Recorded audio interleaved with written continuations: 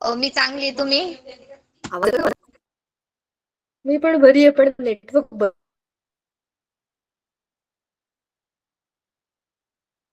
नाही. मी पण छान आहे. आमच्या ऍक्च्युली मजा अशी आहे, मला व्हिडिओ बंद करावाच लागेल असं वाटतंय. आमच्या इथे रस्ता आहे ना, त्याचं रुंदीकरणाचं काम चालू आहे. म्हणजे 6 पदरी, त्यामुळे सगळा रस्ता उघडून ठेवलाय. जिकडे जिकडे टॉवर आहेत ते सगळेच्या सगळे आमचे काय गडबडीमध्ये गेलेत.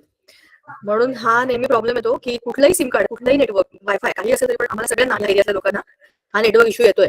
आम्ही हे सगळं नेटवर्कच्या ह्याच्यामधनं कधी जंजाळातनं सुटू काय माहिती. चला जाऊ द्या. हो, कॅमेरा बंद आता केला की येतोय. आवाज येतो. आता माझा आवाज येतो की नाही?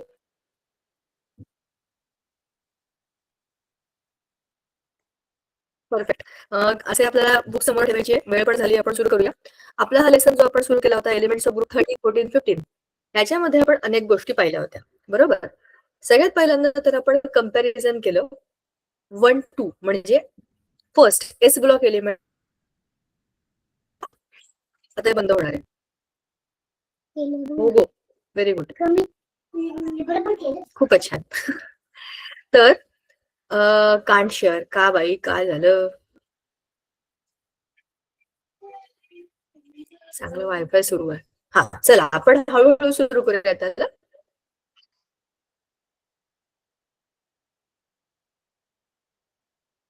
लावून घे.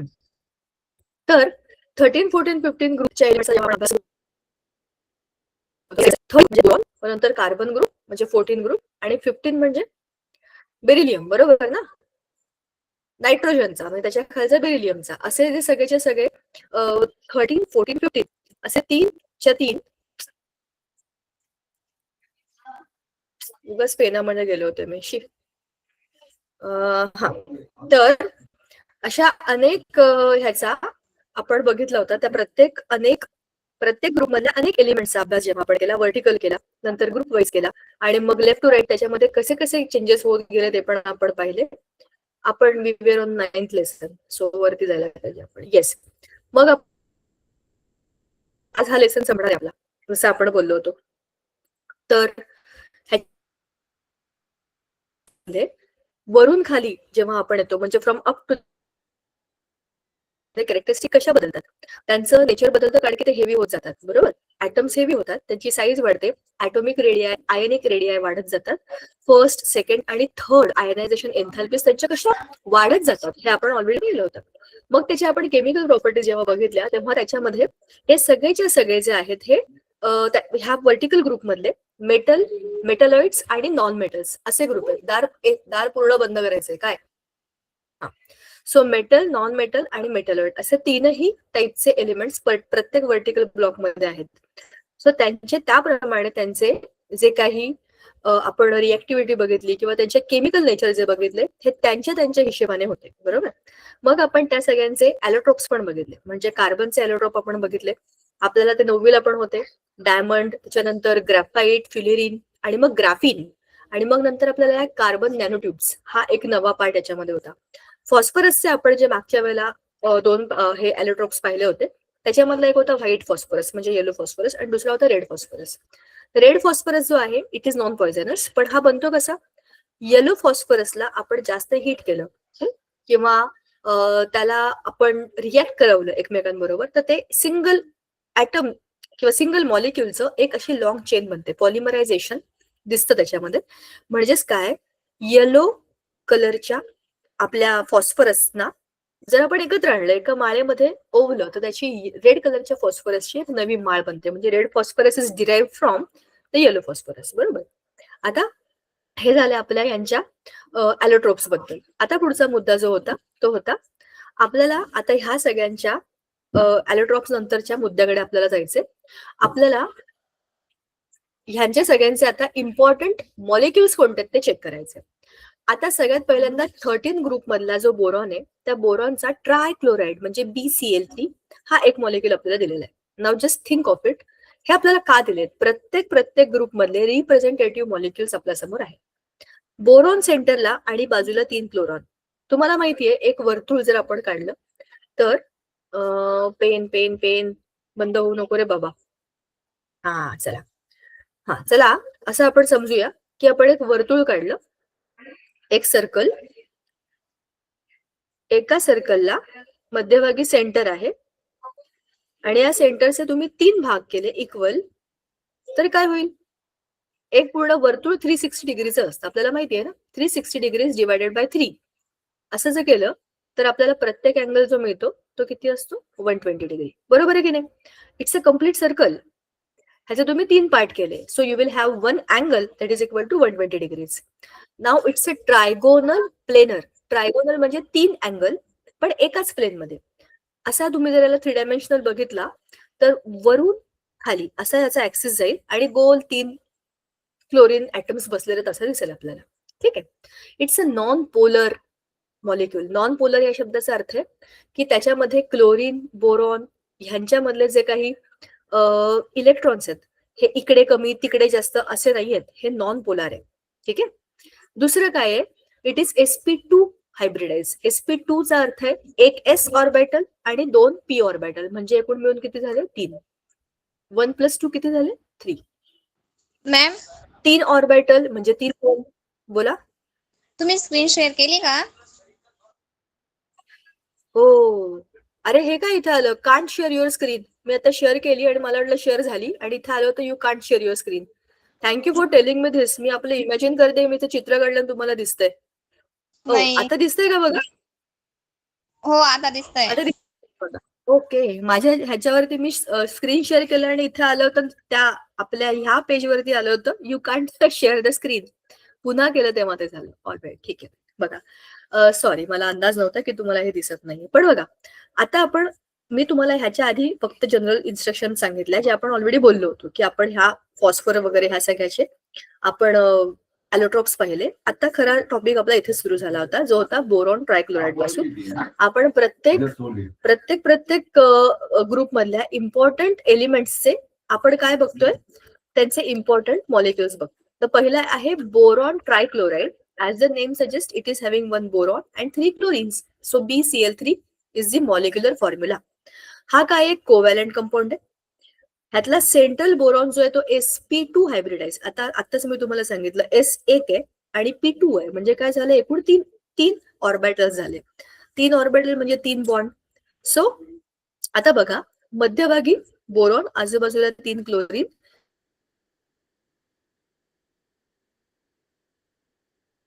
ह्याच्यामध्ये आपल्याला काय दिसते? हायब्रिडाइज एक वेकेंट आणि अनहायब्रिडाइज असा पी ऑर्बिटल आहे. म्हणजे इथे वरती एक पी शेल आहे जो अनहायब्रिडाइज्ड आहे आणि रिकामा आहे. म्हणजे एक रिकामा रूम आहे ह्या मॉलिक्युलमध्ये. BCl3, B in BCl3 has incomplete octet.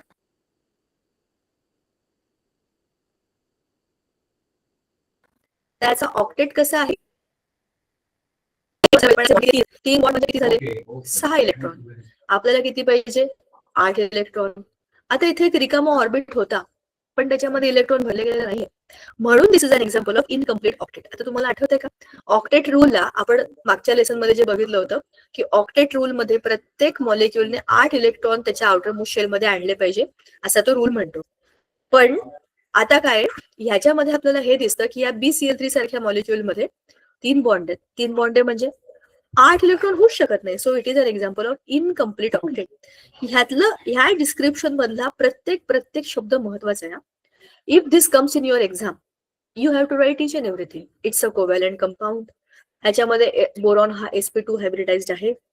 ह्याच्यामध्ये 1 वेकेंट अनहायब्रिडाइज्ड p ऑर्बिटल आहे. It is having incomplete octet. It is a non polar trigonal planar. एकाच प्लेन मध्ये 3 म्हणून ट्रायगोनल प्लेनर मॉलिक्युल आहे. संपलं. आता दुसरा आहे AlCl3. अल्युमिनियम कोणत्या ग्रुपमध्ये? जरा बघा पिरियोडिक टेबल मध्ये. तुमच्याकडे पुस्तक आहे ना? बघा, मला सांगा Al हा कोणत्या ग्रुपमध्ये येतो? Group 13, 14, 15.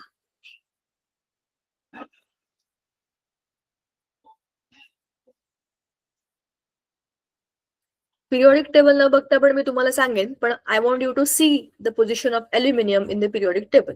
Tail me in which group aluminium is following? 13, 14 or 15?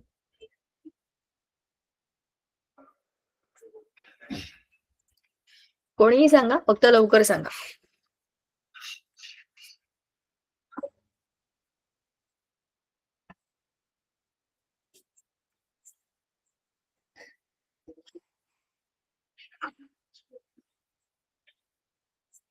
प्रश्न कळला का? मी तुम्हाला विचारलं ॲल्युमिनियम हा जो एलिमेंट आहे हा कोणत्या ग्रुपमध्ये आहे? 13 का 14 का 15? 13. वा, शाबाश, 13. जर हा 13 ग्रुपमध्ये असेल तर हा काय करेल? +3. म्हणजे 13 म्हणजे 3. आउटर मोस्ट शेल मध्ये 3 इलेक्ट्रॉन, म्हणजे 3 इलेक्ट्रॉन देऊन टाकेल, म्हणजे हा काय होईल? Al+3. बरोबर. Al+3 झाला म्हणजे काय होईल? हा झाला कॅटायन, ज्याने 3 इलेक्ट्रॉन देऊन टाकले. आता त्याचा मॉलिक्यूल बघा कसं आहे. हा आहे सेंट्रली प्लेस्ड ॲल्युमिनियम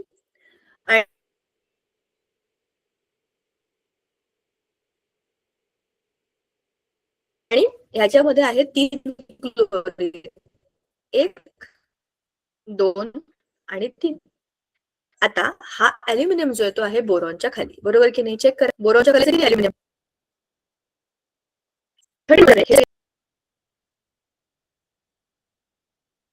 पण त्यांचा जसा वरती ह्या BCl3 एक वेकंट आणि वरती एक पी शेल उरलेला आहे. पी शेल म्हणजे एक पी ऑर्बिटल छोटं वरती आहे त्याच्या. मग ते काय करतं? ह्याचा इकडचं आणि याचं इकडचं असे रिकामे पी ऑर्बिटल आहेत. हे कोणते आहेत? अनहायब्रिडाइज्ड. आता हे AlCl3 वरच्या BCl3 सारखंच आहे, पण ह्याचा आणि ह्याचा असे जे काही वेकेंट अनहायब्रिड ऑर्बिटल आहेत ह्यांच्यामुळे ओव्हरलॅप होतो. आता म्हणजेच काय? ह्याच्याकडे वेकंट ऑर्बिटल आहेत जसे की बोरॉनकडे. Aluminium chloride ACl3 exist as a dimer. Dimer या शब्दाचा अर्थ काय आहे? दोघांचा ग्रुप. वरती BCl3 आहे ना, तसंच खाली AlCl3 असा मॉलिक्यूल आहे खरं तर. Al एक ॲल्युमिनियम आणि 3 क्लोरीन. हा असंच मॉलिक्यूल आहे. आता जरा आपण इकडे बघूया, ह्याला ब्रेक करूया आपण. हा एक मॉलिक्यूल आणि हा दुसरा मॉलिक्यूल. हा एक मॉलिक्यूल आणि हा दुसरा मॉलिक्यूल. आता formed by overlap of vacant 3d orbital of Al with a lone pair of electrons of chlorine. हा, आता क्लोरीन कडे काय आहे? क्लोरीनचं ॲटॉमिक स्ट्रक्चर आपल्याला माहितीये. क्लोरीन कडे किती इलेक्ट्रॉन आहेत? 7. 8वा इलेक्ट्रॉन ह्याचा आणि ह्याचा एकमेकांबरोबर बॉन्ड करतो. आता क्लोरीन कडे किती आहेत? 1, 2, 3, 4, 5 आणि 6 एवढे इलेक्ट्रॉन आहेत त्याच्यामध्ये. आता ह्या लोन पेअरचा किंवा ह्या कुठल्याही बघा, तीनही क्लोरीन जे असतात कुठलेही कुठेही लावले तरी पण त्याच्यामध्ये लोन पेअर ज्या असतात त्या सेमच असतात. आता आपण 3D मध्ये बघितलं तर हा पण क्लोरीन ह्याच्यापेक्षा जवळ असू शकतो, म्हणजे ह्या ॲल्युमिनियमला जवळ हा पण असू शकतो. आता ह्याचा लोन पेअर ह्या ॲल्युमिनियम बरोबर आणि ह्याचा लोन पेअर याच्या बरोबर असा एकमेकांबरोबर ओव्हरलॅप करतात आणि त्याच्यामधनं काय होतं? ह्याच्यामध्ये एक असा बघा, हा ॲरोवाला जो बॉन्ड आहे ना, हा ॲरोवाला बॉन्ड त्याच्यामध्ये आपल्याला दिसतो. एक मिनिट.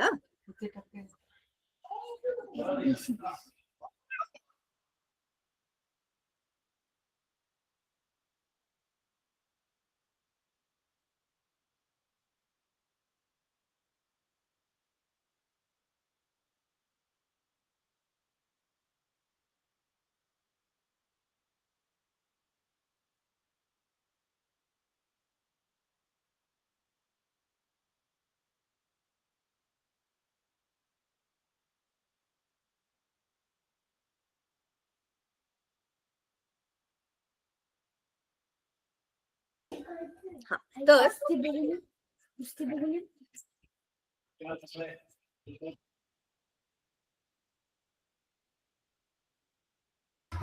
हा, तर सॉरी, ऍक्च्युली काय आहे, आज आमच्या गावात आहे जत्रा. काल आणि आज 2 दिवस झाले इकडे नुसता गोंधळ चाललेला आहे.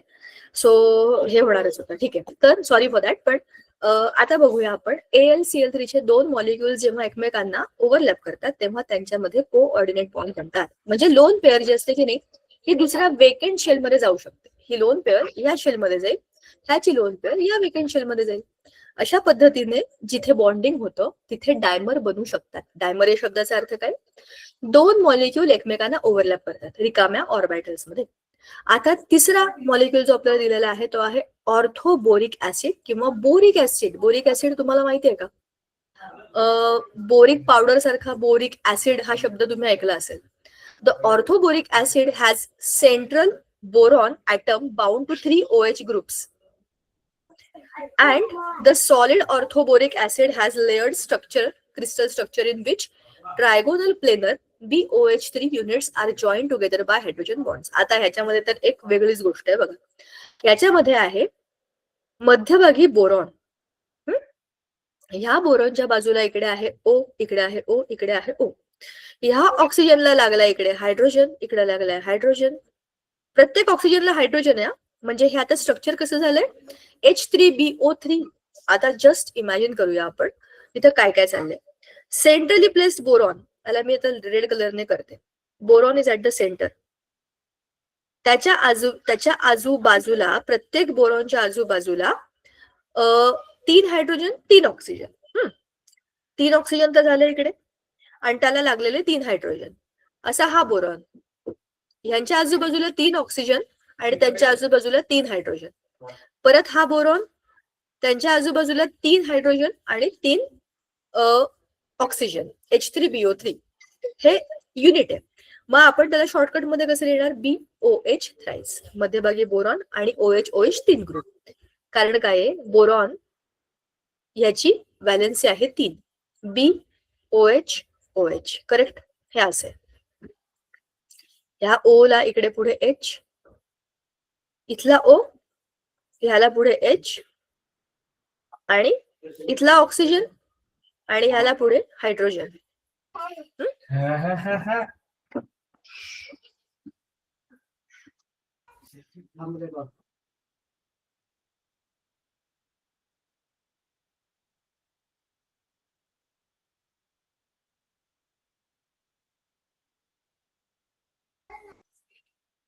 ओके.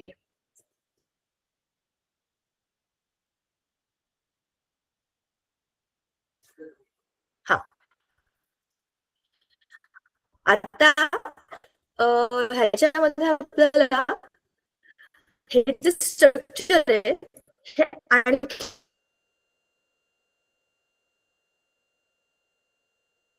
इकडे तुम्हाला हे जे डॉट डॉट दिसतात की नाही हायड्रोजन आणि ऑक्सिजन मधले,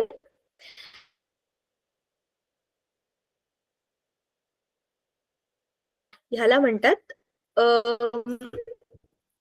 हे एक प्रकारचे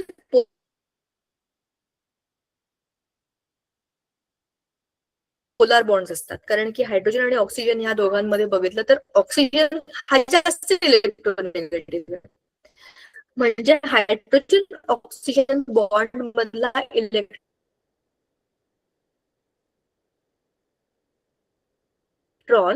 हा टुवर्ड्स ऑक्सिजन जास्त अट्रॅक्ट झालेला असतो. म्हणजे हायड्रोजन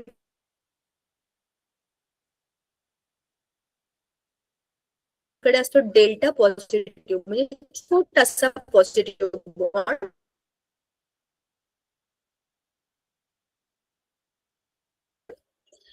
किंवा चार्ज आणि delta negative charge. Correct? So अशा पद्धतीने हे सगळं मोठं स्ट्रक्चर आपण म्हणतोय हे काय? एक प्रकारचं क्रिस्टल स्ट्रक्चर आहे. क्रिस्टल या शब्दाचा अर्थ काय आहे? रचना. की ती एक प्रकारची 3 डायमेन्शनल रचना आहे. एकमेकांवरती ऍटम्स असे जोडलेले असतात की ते मेक अ बिग मॉलिक्यूल. जसं आपलं NaCl चं स्ट्रक्चर आहे क्रिस्टलाइन मॉलिक्यूल, तसंच. आता डायबोरॉन. आता पुन्हा बघा डायबोरॉन सेमच. आपण डायबोरॉन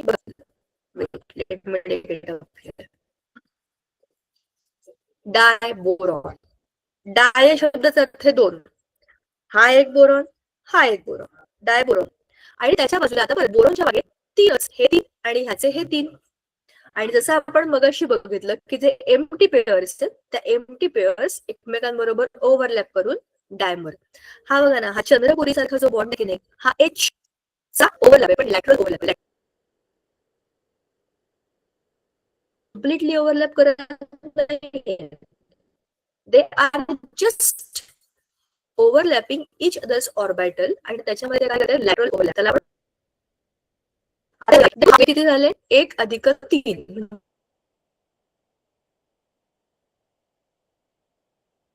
म्हणजे किती झाले? 4.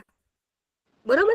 एकूण 4 ऑर्बिटल्स असतात आणि ते 4 ऑर्बिटल्स बरं 1 2 3 4 1 2 3 4 हे अर्ध तुम्ही तर काय होईल? हा एक बॉन्ड, हा एक बॉन्ड.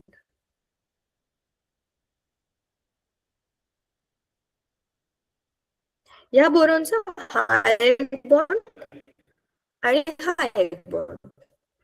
बरोबर. या बोरॉनच्या आजूबाजूला 4 बॉन्ड, या बोरॉनच्या आजूबाजूला 4 बॉन्ड म्हणजे काय झालं? sp3 hybridised item. ठीक आहे. ॲट द टर्मिनल कसं काय? टर्मिनल म्हणजे ends. Besides, there are 2 orbital of each of the remaining 2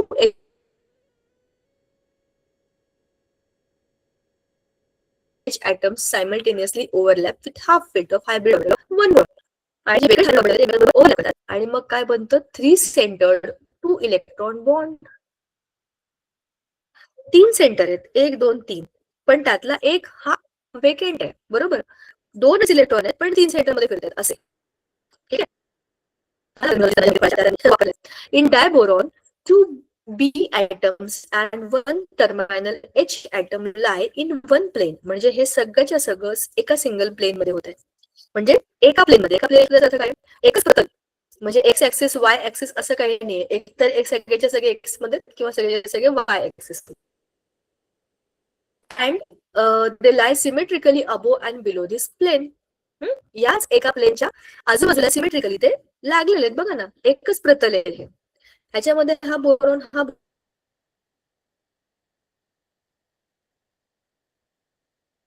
boron आणि मग ह्याचा हा एक मेजर बॉन्ड, हा दुसरा मेजर बॉन्ड, तिसरा मेजर बॉन्ड, तिसरा आणि ओव्हरलॅप केलेले डॉटेड बॉन्ड्स. तर अशा पद्धतीने ह्याच्यामध्ये आपल्याला बॉन्ड दिसतात. आता सिलिकॉन डायऑक्साइड, सिलिकॉन हा ग्रुप 14 मध्ये येतो. आता ग्रुप 14 म्हणजे कार्बनचा ग्रुप आहे. कार्बनच्या ग्रुपमध्ये आपल्याला माहिती आहे की आउटर मोस्ट शेल मध्ये इलेक्ट्रॉन्स असतात 4. आता ह्या सिलिकॉनचं बघा ना 4 बॉन्ड 1 2 3 4 तिकडे पण 1 2 3 4 तिकडे पण 1 2 3 4 every silicon will have 4 bonds. मग आता त्याचं जर आपण स्ट्रक्चर बघितलं तर आपल्याला काय दिसतं? It is commonly known as silica. Quartz, cristobalite and tridymite are different crystalline forms of silica. म्हणजे त्याची प्लेसमेंट वर खाली जरी झाली तरी पण ते टेम्परेचर एकसारखं ठेवलं की ते एकाच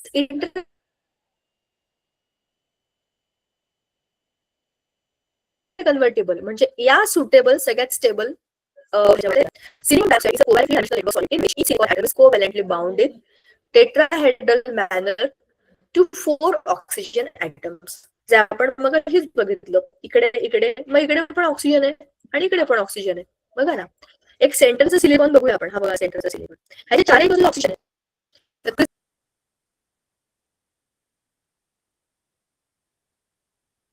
सिलिकॉन आणि oxygen atom, oxygen oxygen silicon silicon 4.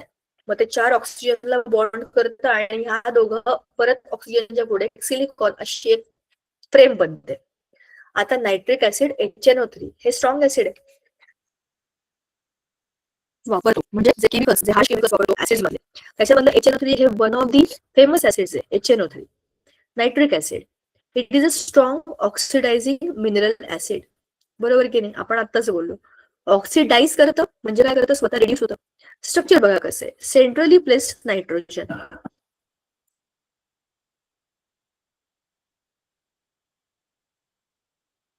या नायट्रोजनच्या आजूबाजूला आहे एक हायड्रोजन आणि नायट्रोजनची व्हॅलेन्सी आहे 5. Nitrogen comes under group 15. बरोबर. 13 14 15 ग्रुप मधला पहिलाच नायट्रोजन आहे. That is the nitrogen family. त्या फॅमिली मधला पहिला मेंबर नायट्रोजन. नायट्रोजनची व्हॅलेन्सी आहे 5. 1 2 3 4 4 बॉन्ड त्याचे बनले आणि 5 इलेक्ट्रॉन. बरोबर. त्याच्याकडे 5च इलेक्ट्रॉन आहेत. 1 2 3 4 5. बरोबर. त्याला त्याचा ऑक्टेट कम्प्लीट करायचं विचारायला पण तो करू शकतो का? जरा आपल्या स्ट्रक्चर मध्ये आपण बघूया की तो बॉन्डिंग कशी करतो. आता बॉन्ड टू ऑक्सिजन, ह्याच्याकडे 2 इलेक्ट्रॉन होते, त्यांनी ऑक्सिजन बरोबर बॉन्ड बनवला. तुम्हाला माझा आवाज येतोय का रे? मी जेव्हा हे लिहिताना प्रिंट येत नाही याचा अर्थ असा आहे की आवाज बरोबर येत नाही. ठीक आहे. ह्या एका आणि इथे पण एक आहे, इथे पण एक आहे इलेक्ट्रॉन. हा ह्या एका इलेक्ट्रॉनचा एक ऑक्सिजन बरोबर बॉन्ड होईल आणि अजून एकाचा ऑक्सिजन बरोबर बॉन्ड होईल. ठीक आहे, बघा ना, 3 ऑक्सिजन झाले, 1 2 आणि 3. हे झाले 3 ऑक्सिजन. आता अरे हा, इथे ऑक्सिजन काढला होता मी. आता हा उरला एक single electron. This is just one single electron. हा इलेक्ट्रॉन हा देऊन टाकतो कोणाला? ह्यांच्यापैकी, कारण की ह्यांची 1 2 3 4 1 2 3 4 5 6 7 8 ह्यांचा तो ऑक्टेट कम्प्लीट झाला. पण ह्यांचा बघा याच्यावर निगेटिव्ह चार्ज आला, कारण ह्या नायट्रोजनने याचा एक इलेक्ट्रॉन त्याला देऊन टाकला, स्वतः पॉझिटिव्ह झाला आणि म्हणून त्याचे 3 वेगवेगळे रेझोनन्स हायब्रिड होतात. म्हणजे काय? कधी ह्या बघा, आता तुम्हाला मी एक मज्जा सांगते. I will show you one funny thing out of it. चलो देखो अभी. स्ट्रक्चर मध्ये मध्यभागी नायट्रोजन, 3 ऑक्सिजन आणि 1 हायड्रोजन. तुम्ही हे स्ट्रक्चर असंच 3 वेळा काढा, सगळ्यात सोपं. पहिला म्हणजे आणि ह्याला पॉझिटिव्ह, ह्याला पॉझिटिव्ह, ह्याला पॉझिटिव्ह, नायट्रोजन सगळे पॉझिटिव्ह करून टाका. खालचा ऑक्सिजन निगेटिव्ह आहे, मग वरचा ऑक्सिजन निगेटिव्ह करा, मग इकडचा तिसरा जो आहे ऑक्सिजन तुम्ही त्याला निगेटिव्ह करू शकता. मजा अशी आहे की ह्या दोघांना ज्याला तुम्ही निगेटिव्ह करणार तर तुम्हाला सिंगल बॉन्ड मध्ये दाखवायचे. मग हा हायड्रोजन तुम्हाला या बाजूला काढायला लागेल. एकूण एकच आहे. आता ह्याचं आपल्याला काय सांगितलं? It is sp2 hybridized. sp2 hybridized. The central nitrogen atom is sp2 hybridized. It is a strong oxidizing mineral acid. हे आपल्याला माहिती आहे. HNO3 exhibits resonance phenomenon. Resonance एवढाच अर्थ काय? गोल फिरत राहणं. त्याचे इलेक्ट्रॉन्स असे गोल गोल फिरत राहतात. रेझोनेटिंग स्ट्रक्चर्स म्हणतात त्याला. हे इलेक्ट्रॉन आलटून पालटून प्रत्येक ऑक्सिजनवर जातात. कधी तो असा दिसतो, कधी असा दिसतो, कधी हा हायड्रोजन इकडे आणि ह्याच्यावरती निगेटिव्ह चार्ज असा दिसतो. ठीक आहे, त्याला म्हणतात रेझोनन्स. आता पुढचा आहे ऑर्थोफॉस्फोरिक ऍसिड किंवा फॉस्फोरिक ऍसिड H3PO4. हे सुद्धा एक खूप स्ट्रॉंग पण नॉन टॉक्सिक मिनरल ऍसिड आहे. Phosphorus forms number of oxy acids. Orthophosphoric acid is a strong non-toxic mineral acid. It contains 3 ionizable acidic hydrogens. The central phosphorus atom is tetrahedral. मध्यभागी phosphorus आहे. Phosphorus कोणत्या ग्रुपमध्ये? Group 5. Group 5 आणि electrons outermost shell मध्ये असतात 5, बरोबर. त्यातले 2 paired आणि बाकीचे 3 सगळ्यांनी ऑक्सिजन बरोबर बॉन्ड बनवलेले होते आणि प्रत्येकाने पुढे ऑक्सिजन हायड्रोजन ऑक्सिजन हायड्रोजन आपली आपली रचना करून घेतलेली आहे. हा जो आहे हा डॉटेड आहे, म्हणजे इलेक्ट्रॉन्स तिकडे इकडे इकडे तिकडे फिरू शकतात. H3 1 2 3 P आणि 4 1 2 3 4 अशी याची रचना आहे. Now chemistry of notable compounds of elements of group 13 14 15. किती बाकी आहे आता? अमोनिया बिमोनिया हे बरंच काही आहे की. हा थोडंसंच बाकी आहे. हा संपेल लेसन आज. करेक्ट आहे. तर आपल्याला आता ह्याच्यामध्ये आणखीन काय बघायचंय? हा chemistry of notable compounds of elements of group 13 14 15. तसं तर ह्या तीनही ग्रुपमध्ये मिळून खूप सारे एलिमेंट्स होतात. आपल्याला त्यांना नोटिसेबल कोणते कोणते त्यांचे मॉलिक्युल्स आहेत, त्यांचा यूज कुठे आहे हे आता बघायचं आपल्याला. Borax. It is one of the most important boron compound. The crystalline borax has formula. हा पाठ करायचा आपल्याला, काही ऑप्शन नाही, 10 वेळेला लिहायचा, आपोआप होतो. हा लिहिला काय, हा लिहिला काय, एकूण एकच आहे. कुठलं तरी एक लक्षात ठेवा. Na2B4O7 10H2O असा काहीतरी लक्षात ठेवलं तर तुम्हाला तो आपोआप लिहिता येईल. 10 वेळा लिहिलं की आपोआप लिहिता येतं ते परीक्षेला. Borax naturally occurs as tin can, which contains about 90% borax in certain inland lakes in India, Tibet, and California. It is prepared from mineral colemite by boiling it with solution of sodium carbonate. म्हणजे ही जी त्याची कोलेमेनाइट नावाची or आहे, or म्हणजे खाण आहे, त्याला sodium carbonate बरोबर आपण हीट केलं तर आपल्याला बोरॅक्स मिळतं. ते Na2B4O7 असं असतं. आणि परत सोडियम बोरॉनचे आपल्याला कंपाऊंड मिळतात. कॅल्शियम कार्बोनेटचा प्रेसिपिटेट मिळतो. आता याच्या प्रॉपर्टीज काय आहेत, का बरं हे बनवायचं? It is a white crystalline solid. It dissolves in water and gives alkaline solution due to its hydrolysis. And on heating, borax first loses water molecules and swells. On further heating, it turns into a transparent liquid which solidifies into glass-like material called as borax beads. The borax beads consisting of sodium metaborate and Boric anhydride is used to detect color transition metals ions under the name borax bead test. Borax bead test ही chemical test आहे. हे सगळं आपण बनवलं, त्याच्या ओरमधनं त्याला आणलं, त्याला भट्टीत जाळलं बिळलं, हे सगळं करून आपल्याला काय मिळालं, का बनवलं आपण borax? So it is important in a chemical test. त्याला म्हणतात बोरॅक्स बीट टेस्ट. ह्याच्या बरोबर जेव्हा आपण वेगवेगळे एलिमेंट्स जाळतो किंवा आपल्याला अननोन सॅम्पल दिले आणि आपल्याला विचारलं की त्याच्यामध्ये कोणते एलिमेंट्स आहेत शोधा, तुम्हाला अजून अशा प्रकारचे केमिस्ट्रीचे एक्सपेरिमेंट आलेले नाहीयेत की तुम्हाला एक सॅम्पल दिलंय आणि सांगितलं की शोधा याच्यामध्ये कोणते कोणते एलिमेंट आहेत. तर आपल्याला काही टेस्ट करावे लागतात आणि त्या टेस्टमध्ये काही स्पेसिफिक कलर येतात, काही स्पेसिफिक वास येतात किंवा त्या फ्लेमचा तिथे काही बर्निंग होतं किंवा ती विझून जाते. अशा अनेक टेस्ट असतात, त्याच्यामधनं हे समजतं की काय तयार झालंय त्याच्यामध्ये. बरोबर. तर बोरॅक्स बीट टेस्ट ही अशी टेस्ट आहे त्याच्यामध्ये ट्रान्झिशन मेटल्सना आपण शोधतो. ट्रान्झिशन मेटल्स म्हणजे आपले डी ब्लॉक एलिमेंट्स.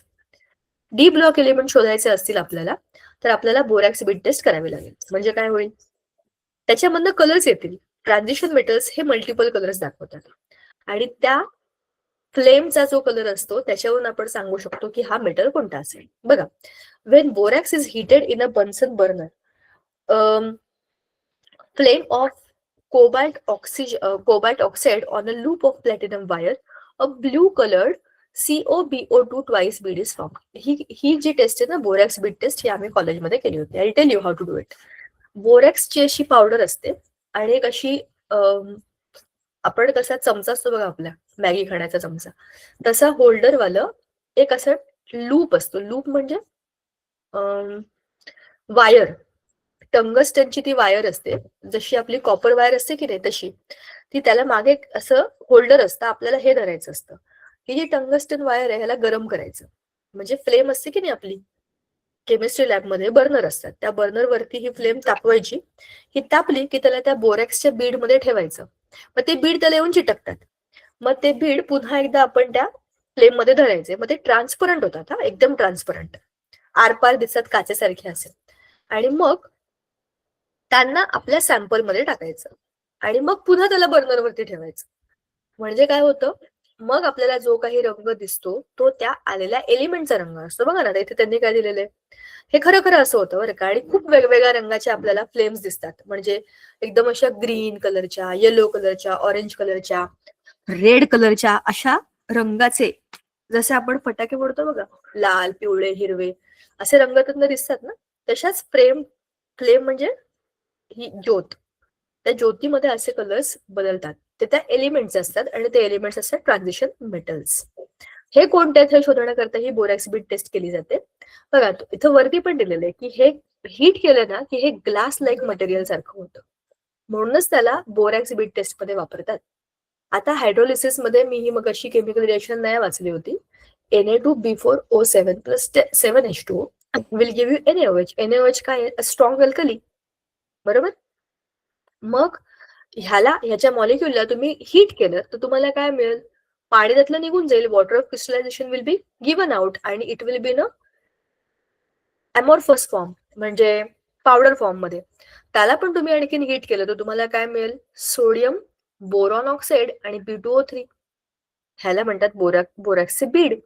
हेच तर आपण आपल्या टेस्टमध्ये वापरणार आहे. Now borax when heated with ethyl alcohol and concentrated H2SO4 acid, it gives volatile vapors of triethyl borate which burn with green edged flame. बघा, आता हेच बोरॅक्स जेव्हा आपण इथाइल अल्कोहोल आणि H2SO4 ह्यांच्या बरोबर जेव्हा आपण त्याला बर्न करतो, म्हणजे हे अशा याच्यात घेऊन, तेव्हा तो ग्रीन कलरचे फ्लेम दाखवतो. आहे की नाही मजेशीर. कलर वेगवेगळे दाखवणं आहे त्याच्यामध्ये. त्याचा वापर फक्त कलर टेस्ट साठी केला जातो. हे बघा, borate in qualitative test. Qualitative आणि क्वांटिटेटिव्ह अशा दोन वेगवेगळ्या टेस्ट असतात. क्वालिटेटिव्ह टेस्ट मध्ये, क्वालिटेटिव्ह अनालिसिस मध्ये काय आहे हे शोधलं जातं आणि क्वांटिटेटिव्ह मध्ये किती प्रमाणात आहे हे शोधलं जातं. आता या बोरॅक्सचे युजेस काय काय? It is use in the manufacturing of optical and hard borosilicate glass. Borosilicate glass आपण जी आपल्या लॅबमध्ये वापरतो की नाही, अनेक वस्तू त्या बोरोसिलिकेट ग्लासच्या बनलेल्या असतात. त्याला किती पण तापवलं तरी पण त्या तुटत नाहीत. बघा, बीकर, कोनिकल फ्लास्क ह्या अशा अनेक गोष्टी ज्या आपण वापरतो ह्या बोरोसिलिकेट ग्लास पासून बनलेल्या असतात. As a flux for soldering and welding. काही गोष्टी मेल्ट झाल्या आणि फिक्स केल्या की ते जॉईंट्स असतात ते पक्के बसतात, बरोबर. सोल्डरिंग वेल्डरिंगच्या काही कामांमध्ये याचा वापर केला जातो. As a mild antiseptic in the preparation of medical soaps. औषधं, ती पण कोणती औषधी. काही मुलांचे स्पेशल अशी औषधं असतात, तुम्हाला माहिती असेल तर मला माहित नाही. अँटीसेप्टिक मेडिकल सोप्स, अगदी छोट्या मुलांना कसले स्किन इन्फेक्शन झाले असतील किंवा काय प्रॉब्लेम असेल तर त्याच्याकरता काही स्पेशल साबण असतात, मेडिकल सोप्स असतात, त्याच्यामध्ये ह्याचा वापर अँटीसेप्टिक म्हणून केला जातो. In qualitative analysis of borax bead test, जसं मी तुम्हाला मग अशी म्हटलं की ही टेस्ट कशी होते, त्याच्यामध्ये वेगळे वेगळे रंग दिसतात आपल्याला, वेगळ्या वेगळ्या मेटलचे वेगवेगळ्या शेड्स त्या फ्लेमला येतात. म्हणजे याचा वापर हा आपण क्वालिटेटिव्ह साठी करतो. याच्यात स्पेलिंग मिस्टेक झालेली आहे, क्वालिटेटिव्ह मध्ये एन नाही येणार, ठीक आहे. क्वालिटेटिव्ह अनालिसिस मध्ये हे वापरलं जातं. As a brightener in washing powder. Washing पावडरला तुम्हाला माहिती आहे ना, ते सर्फ एक्सेल किंवा ते काय काय डिटर्जंट पावडर्स, त्याच्यामध्ये कपडे धुवून घडले की ते खूप स्वच्छ होतात. त्याच्यामध्ये काही काही असे रिएजंट असतात जे व्हाईटनिंग किंवा ब्राईटनिंग करता वापरतात स्पेशली. सगळेचे सगळे वॉशिंगचे जे काही प्रोडक्ट्स आहेत ते सगळेचे सगळे अल्कली आहेत, बरोबर. अल्कलीचं कामच असतं पाण्यामध्ये गेलं की डिझॉल्व्ह झालं की जे काही मटेरियल आहे कपड्यांवरचं त्याला डिटॅच करायचं, पण ते स्वच्छ करायचं, त्याला शुभ्र करायचं, त्याच्याकरता असे काही ब्राईटनर त्याच्यामध्ये वापरतात जे पाण्यात गेल्यानंतर ते माती वरच्या सरफेसवरचा, कपड्याच्या सरफेसवरचा लेअर हे काढून टाकतील आणि त्याला स्वच्छ करतील. सो त्याच्यामध्ये बोरॅक्सचा वापर होतो काही डिटर्जंट्समध्ये. आता सिलिकॉन्स. सिलिकॉन वरती आपण बघितली ती frame, silicon oxygen, silicon oxygen. It represents organo silicon polymer. आपण हा छोटासा त्याचा मोनोमर जर घेतला ना आणि त्याचा ब्रॅकेट टाकला आणि ते खाली एन दिलं की तुम्ही ही एक लिंक अशी पुढे खूप वाढवू शकता आणि तुम्हाला खूप मोठी चेन मिळेल त्याची, कारण हा मोनोमर आहे. आणि जेव्हा मोनोमर आपण ऍड करत होतो तेव्हा आपल्याला पॉलिमर मिळतो. पॉलिमर म्हणजे काय, मोनोमर पासून बनलेल्या लांबच्या लांब चेन. जसं मी तुम्हाला मागे पण बोलले होते की आपण जेव्हा मोत्याची माळ बनवतो तर एक मणी, दुसरा मणी, तिसरा मणी असं एकमेकांना लावत जातो ना, तर प्रत्येक मणी हा मोनोमर आहे आणि त्या मण्यांची जी माळ बनली होती पॉलिमर आहे. तर हा एक मणी आहे समजा आणि हे असे एका रांगेत लावले तर ते काय बनतील, अ polymeric chain of silicon oxide, ठीक आहे. तर ह्यांचा एम्पिरिकल फॉर्म्युला म्हणजे काय, एम्पिरिकल एक शब्दाचा अर्थ आहे कॅल्क्युलेट केलेला फॉर्म्युला. R2SiO. स्ट्रक्चर नाही त्याच्यामध्ये कळत, फक्त जितके ऍटम्स आहेत त्याला फक्त कॅल्क्युलेट करून आपण देतो. मग आरच्या ठिकाणी तुम्ही CH3 लिहा, हायड्रोजन लिहा, C2H5 लिहा, कुठलाही ग्रुप टाकू शकता तुम्ही. त्या पद्धतीने तुम्ही त्याचे मोठे मोठे मॉलिक्युल्स बनवू शकता. This is similar to that of ketone. Ketone मध्ये काय, कीटोनचा ग्रुप आहे C++O, बरोबर. हा आहे आपला कीटोनचा ग्रुप. इकडे आणि इकडे तुम्ही कुठला पण ग्रुप टाकू शकता. मग कीटोनना जर तुम्ही पॉलिमर सारखं लिहिलं तर हा झाला तुमचा त्याचा बेसिक युनिट आणि त्याला तुम्ही मल्टिपल केले की झाली तुमची मोठीच्या मोठी माळ. It is similar to that. हेच it is named like silicones, ठीक आहे. कीटोन वरनं ONE घेतलेले आणि सिलिकॉन आहे त्याच्यामध्ये, सिलिका आहे त्याच्यामध्ये, म्हणून सिलिकॉन असं त्याचं नाव झालंय. आता हे बनवायचं कसं. The starting material for manufacture of silicones are alkyl or aryl substituted silicon chlorides, RnSiCl 4-N, where R is alkyl or aryl group. Aryl म्हणजे ग्रुप ऑफ रिंग्ड स्ट्रक्चर्स असं म्हणू शकतो आपण त्याला. When methyl chloride reacts with silicon in the presence of copper catalyst at a temperature of 573 Kelvin, various types of methyl substituted chlorosilane of formula MEsicl3 or MEsicl2, Me3SiCl with small amounts of MESI are formed. बघा ना, हे तुम्ही एका रांगेमध्ये याला copper powder बरोबर hit केलं तर ह्या सिलिकॉन बरोबर याची रिएक्शन होणार. सिलिकॉन येईल सेंटरला, आजूबाजूला CH3 ग्रुप लागले इकडे इकडे आणि क्लोरीन लागले. हे क्लोरीन तुम्ही काढून टाकले की याची लांबच्या लांब अशी चेन बनत जाईल, बरोबर. बघा, ह्याला परत पाण्यात टाकायचं आणि HCl ह्यातलं निघून जातं. HCl म्हणजे पाण्याची क्लोरीन बरोबर रिएक्शन होईल म्हणजे ऍसिड. HCl हे ऍसिड बनलं, हे निघून गेलं. मग इथे कोणते ग्रुप झाले, OH ग्रुप झाले. आता त्या OH ग्रुप मधले हायड्रोजन काढून टाकले आपण. बघा, इथला हायड्रोजन गेला, तिथला हायड्रोजन गेला. उरला काय? ऑक्सिजन. या ऑक्सिजनला पुढे आणि या ऑक्सिजनला मागे अशा लांबच्या लांब चेन बनवत राहा. तुम्हाला काय मिळेल? त्याचं पॉलिमराइज्ड फॉर्म मिळेल. ठीक आहे.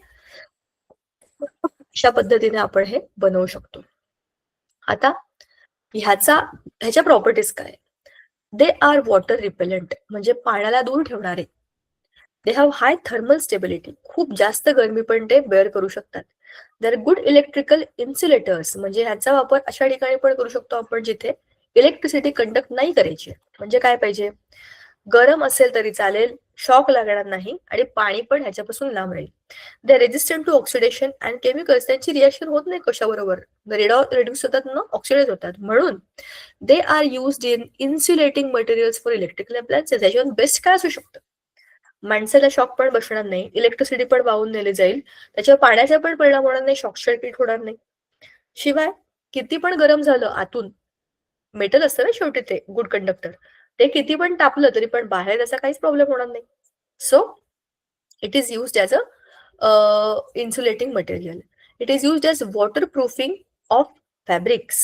वॉटर प्रूफिंग ऑफ फॅब्रिक्स म्हणजे आपण जे दोरे वापरतो, दोरे स्पेशली असे दोरे जे काय बरं म्हणतात त्याला, अरे हा, असे दोरे ज्या दोऱ्यांमध्ये काही मटेरियल अशा ठिकाणी आपण ते वापरतोय, ते धागे किंवा ते मटेरियल, तो एक प्रकारचा कापडाचा प्रकार आपण अशा ठिकाणी वापरतोय जो आपल्याला पाण्यापासून प्रतिरोध करणाऱ्या अशा कुठल्या तरी ठिकाणी वापरायचं. म्हणजे कपडे तर आहेत, जसे की रेनकोट बघा, रेनकोट पण कुठल्या तरी धाग्यांचे बनलेले असतात. वॉटर प्रूफिंग फॅब्रिक म्हणजे ते आपण आता प्लास्टिकचे बनवायचे, आणखीन कशाचे बनवायचे हा मुद्दा नाहीये, पण वॉटर प्रूफिंग करणारे जे काही धागे असतील त्याच्यामध्ये आपण ह्याला वापरू शकतो, कारण हे वॉटर रेजिस्टंट आहेत. मग पुढचं आहे दे आर स्कॅलंट. स्कॅलंट म्हणजे काय?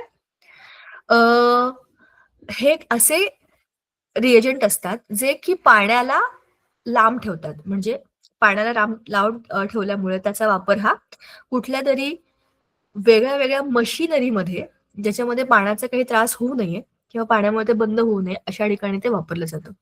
हाय टेम्परेचर लुब्रिकंट, बरोबरच आहे ना, हे याला हाय टेम्परेचरचा काही त्रास होत नाही. याचा अर्थ असा काय?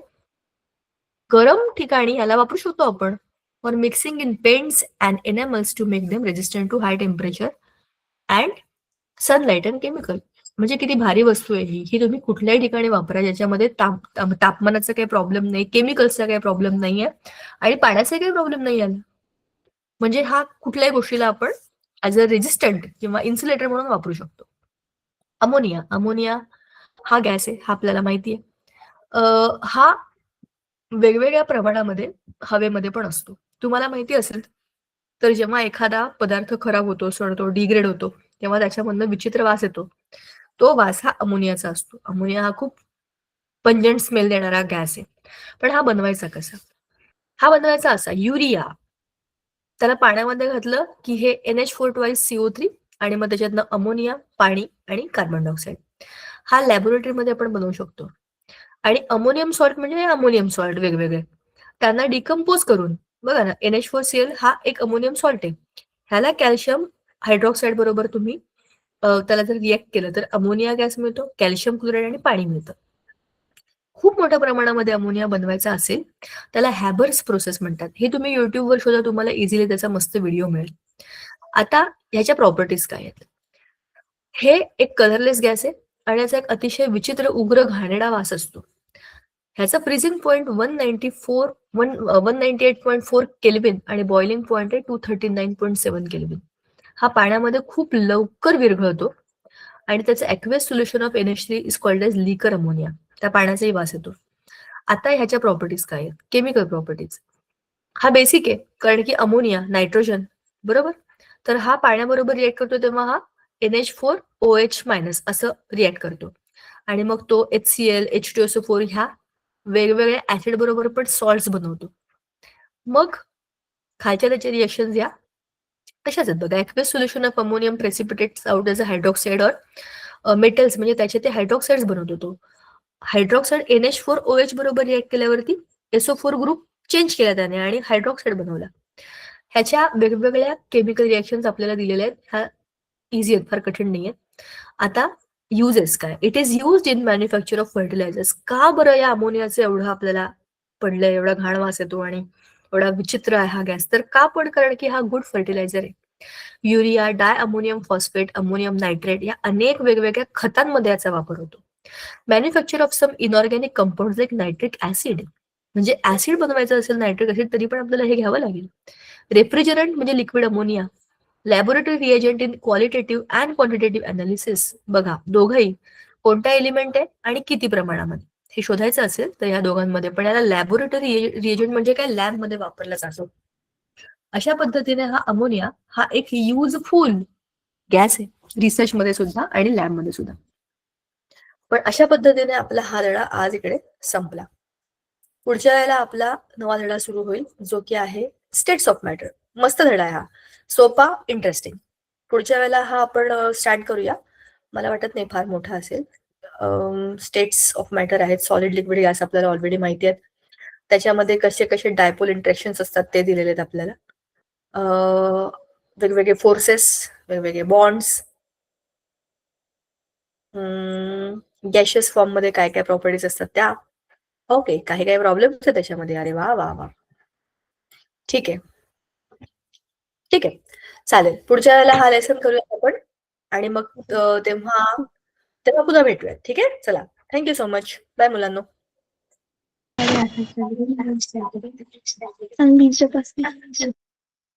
काय ग, काय बोलताय तुम्ही? Bye, thank you so much. Bye ma'am.